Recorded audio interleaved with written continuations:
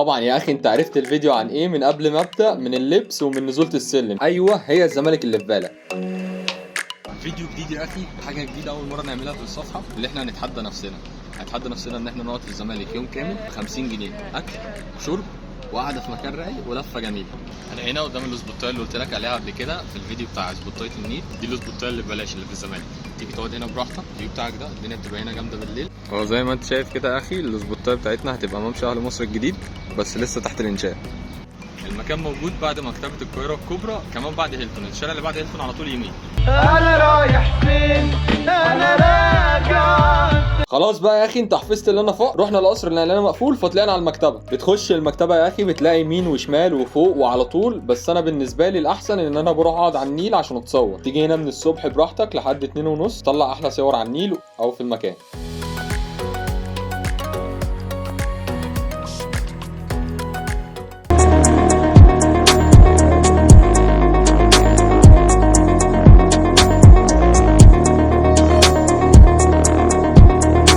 هنبقى فقر برضه بس الحمد لله، يعني هي بتقفل 2:30 وصلنا 2، هم كانوا اقفل من المكان بس احنا يعني قلنا لهم هنصور ونخرج على طول وبتاع، فدوب دخلنا 5 دقايق. الفرد هنا ب4 جنيه بتخش تشوف الفيو اللي انت شفته ده.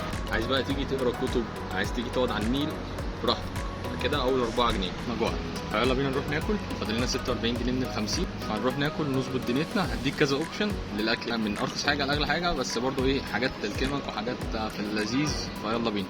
اول اوبشن يا اخي هو فينيس. فينيس ده بقى يا جماعه من اجمد الاماكن اللي تيجي تاكل فيها بيتزا. تجيب السلايس ب 25 جنيه.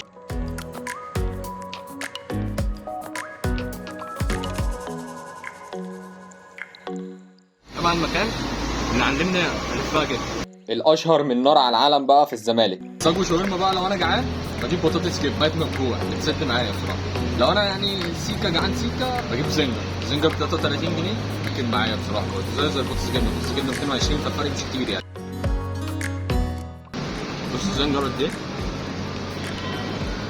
اللي انا قلته لك ده بقى، هو ده الخلاصه بتاع صاج وشاورما. ما تدورش ورايا، ما تجيبش حاجه ثانيه غير كده. ثالث اوبشن بقى كان بطاطس وزلابيه. سمعت انهم عاملين اختراع جديد اسمه ذا بيج دوج، قلت لازم اجربه. لا بيج فعلا زي ما قلت. حجم الهوت دوج في الساندوتش كان محترم جدا، وتقريبا هم اللي مصنعينه، ده مش حاجه هم مشترينها جاهزه، هو تصنيعه. والصوصات كانت حلوه قوي، العيش بس اللي قلش منه. وهنا انا كنت بقول لك ان الفيو بتاعهم حلو قوي، خصوصا انك قاعد في الشارع اكنك قاعد في حته بره مصر. لقيت جاد وانا ماشي في الزمالك، وده برضو اوبشن حلو للتوفير. نيجي بقى لحبيب الملايين، اكتر مكان زحمه في الزمالك. انا عارف انك هتقولي كده كتير، بس انا الاثنين دول واقفين عليا ب 20 جنيه بس، واقل واحد هيبقى متبقي له فلوس من ال 50 جنيه هيبقى متبقي له 10 جنيه ممكن يخش مع واحد صاحبه فيهم. الدونات البلاك شيري دي حلوه قوي. لو عايزين نعمل لكم فيديو ارشح لكم فيه تاكلوا ايه من دانكن قولوا لي في الكومنت. اللي عايز يعرف انا ازاي جبتهم ب 20 جنيه مش هقول بهزر يا اخي. هحط لك لينك الفيديو بتاع دانكن دوناتس وتشوف الحركه بتاعتي وتعملها وتجيبهم ب 20 جنيه وبيطلعوا روف دانكن يستمتعوا بمنظر الغروب فيها. تيجي تفلي وايت بقى يا اخي، تتصور، هتعمل تيك توك، تخش تقعد في ستاربكس ورخيص زي ما علمتك ازاي في الفيديو بتاع نايل سيتي. هحط لك اللينك بتاعه تحت في الكومنتس، وانا برضه هوريك انا عملت ايه. يلا بينا على ستاربكس. اما تيجي تتصور انت وصاحبك اوعى تتصور عادي، اديهم واحده انتداب، واحده احزاب، واحده تعالوا عرفونا يا كلاب.